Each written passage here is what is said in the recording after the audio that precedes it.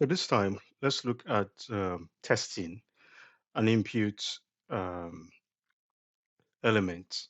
You already know from previous videos how to find out how this input element is identified. If you can hear the sound, you would notice nothing is typing. It's because I'm typing the letters on my keyboard. So it's not taking it because it's not a number. Okay. And then now I'm typing the number is going in. All right. So let's also see if I put a -2 here, is it possible for me to increase it? Yes, I can.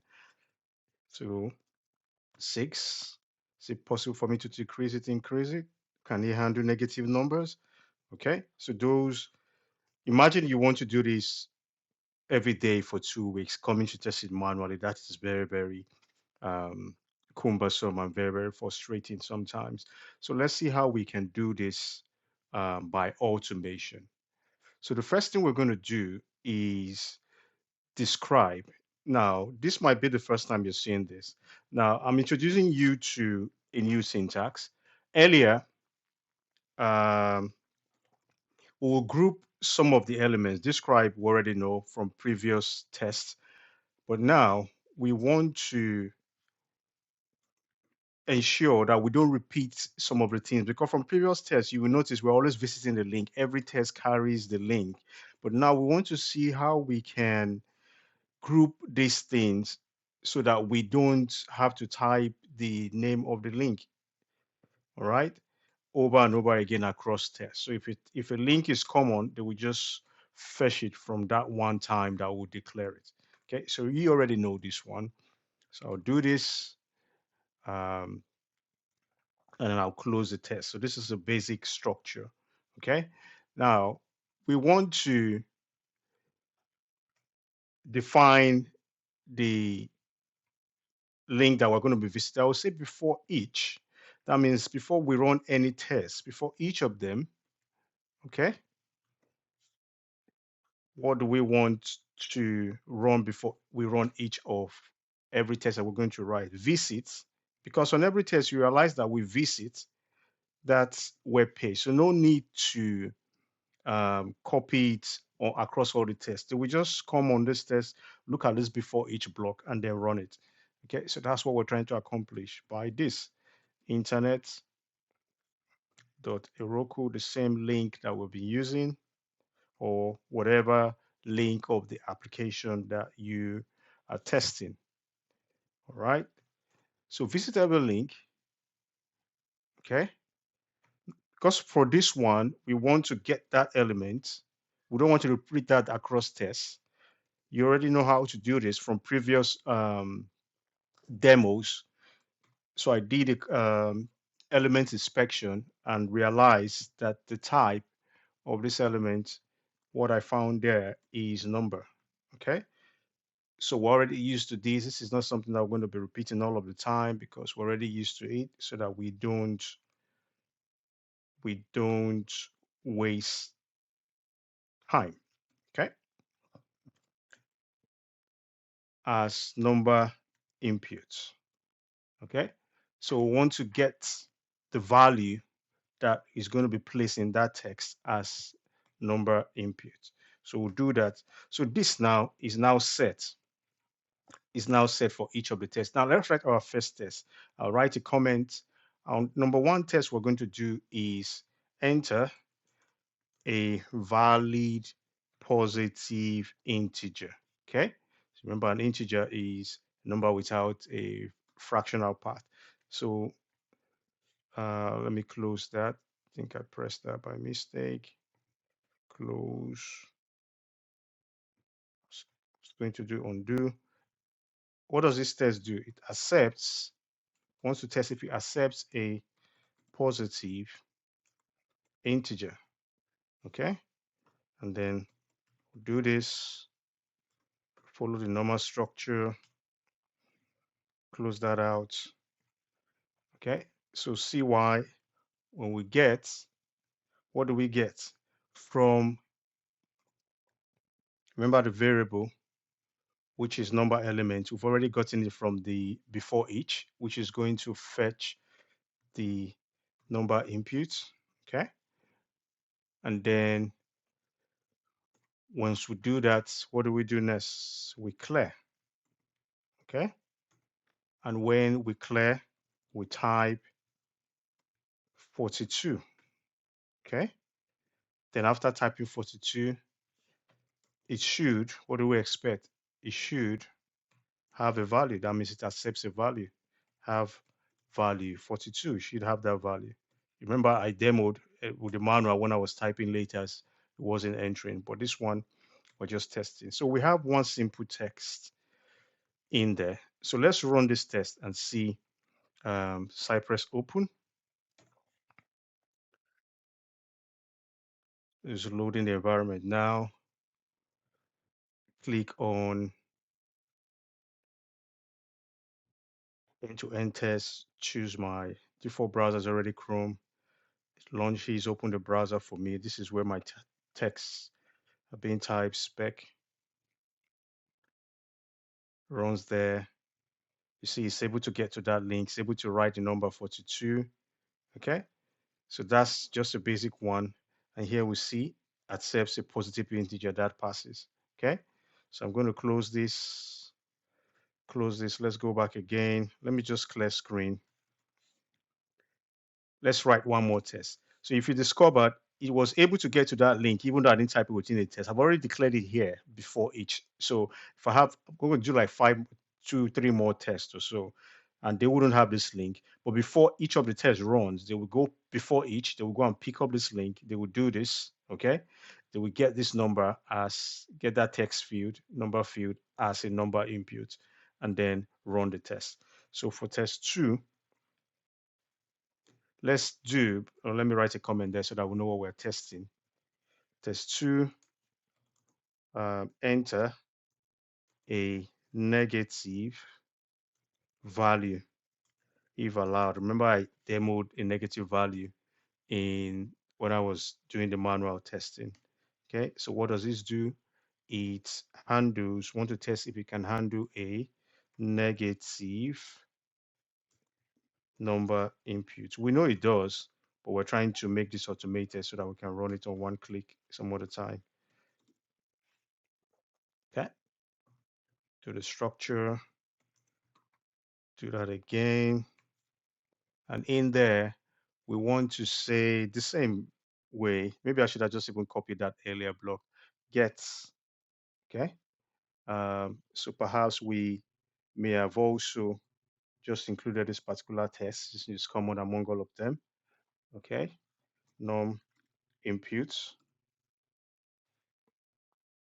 So what do we do when we get there? We clear it, and then what do we do now? This time we type a negative number in. Okay, minus 17.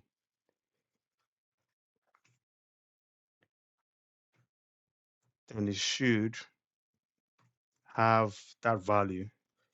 If it's working, it should, if it has that value, then means it accepts that number. Okay, click save. Let's run both of them again. You will see both of them are able to get to that link, even though we didn't put in each of them, just to let you know that that before each is very, very important. Okay, Chrome, run it again, select the file, because you can have several files there, but I'm using that one for this demo. Okay, so you see how fast it is. You know, imagine you're doing it manual, just go click the button and be typing all of those things. See how fast that took, just 4 seconds. Let's look at the test result here, passes. Okay, so close there, just close this one, and just want to make my screen tidy, clear that up.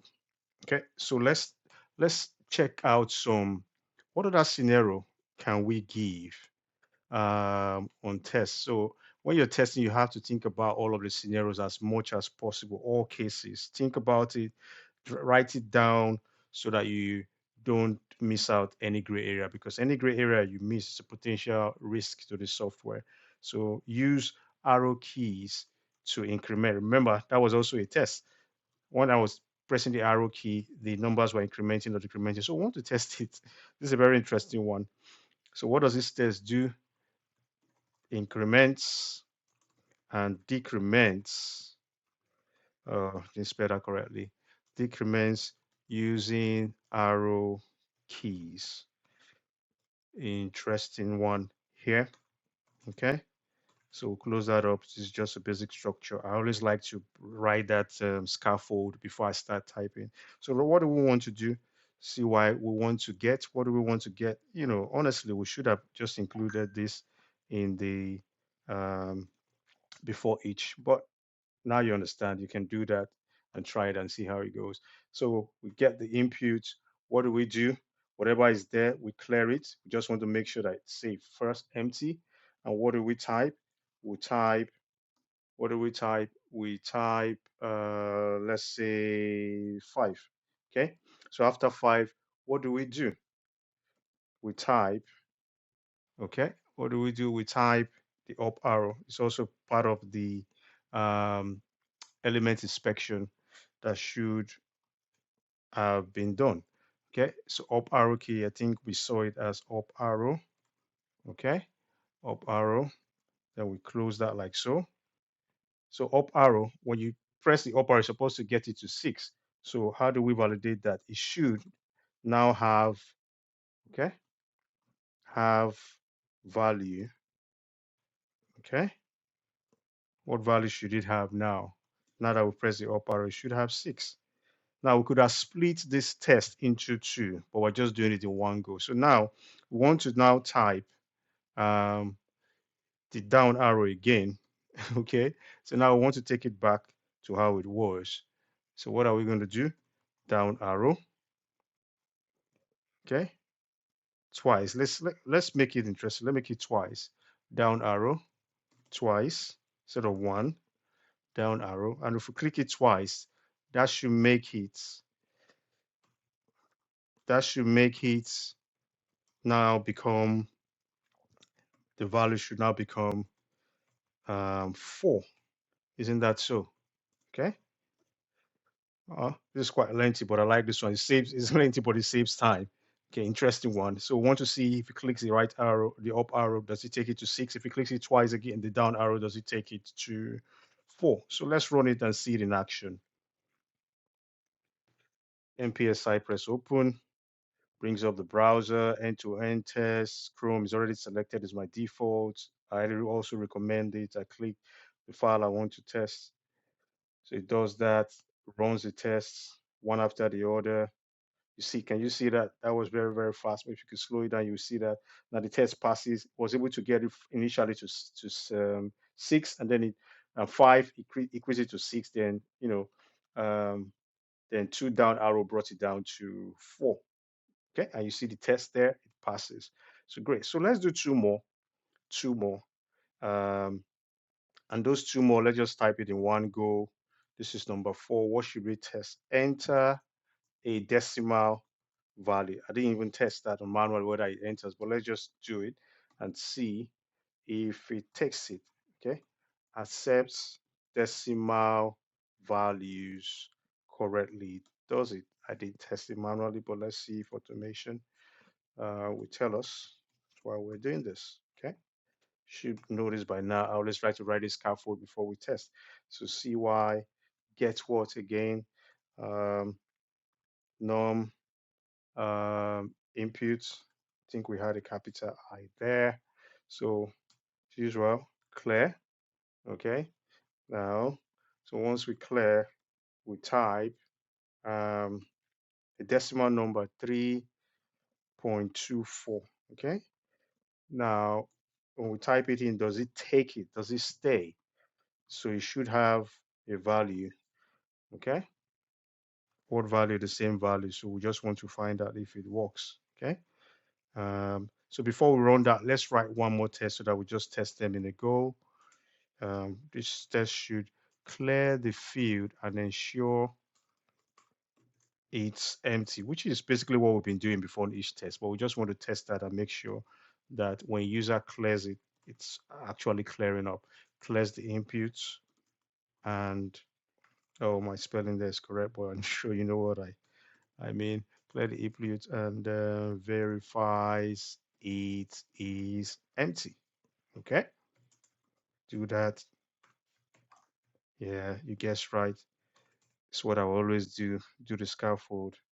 Um, then we'll do a cy.get, and what are we getting? You already know that already. Num input. After we do that, we clear. And when we clear, does it really clear? So how do we know it's clear? It should have nothing. Okay, it should have value. And the way we're going to integrate nothing is not to type nothing. It's just, remember, we're putting everything in code, but once we put empty code, it simply means there is nothing there. Okay, so we've written two tests. So let me clear is just to type clear. That's what I'm typing. And then let's run it again and see if it passes.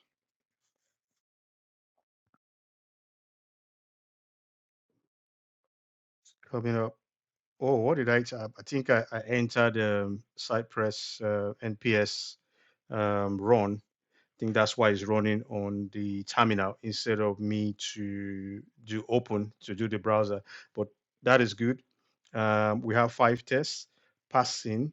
Oh, so I have this something else I'm doing here. So that's still not complete. Something in the works, the sandbox, something else. It has to fail. But if you see the spec file itself, the 5 tests that we have there passes. So ignore this one. It has 5 tests, but 3 are passing. There are 2 or that I haven't finished on there.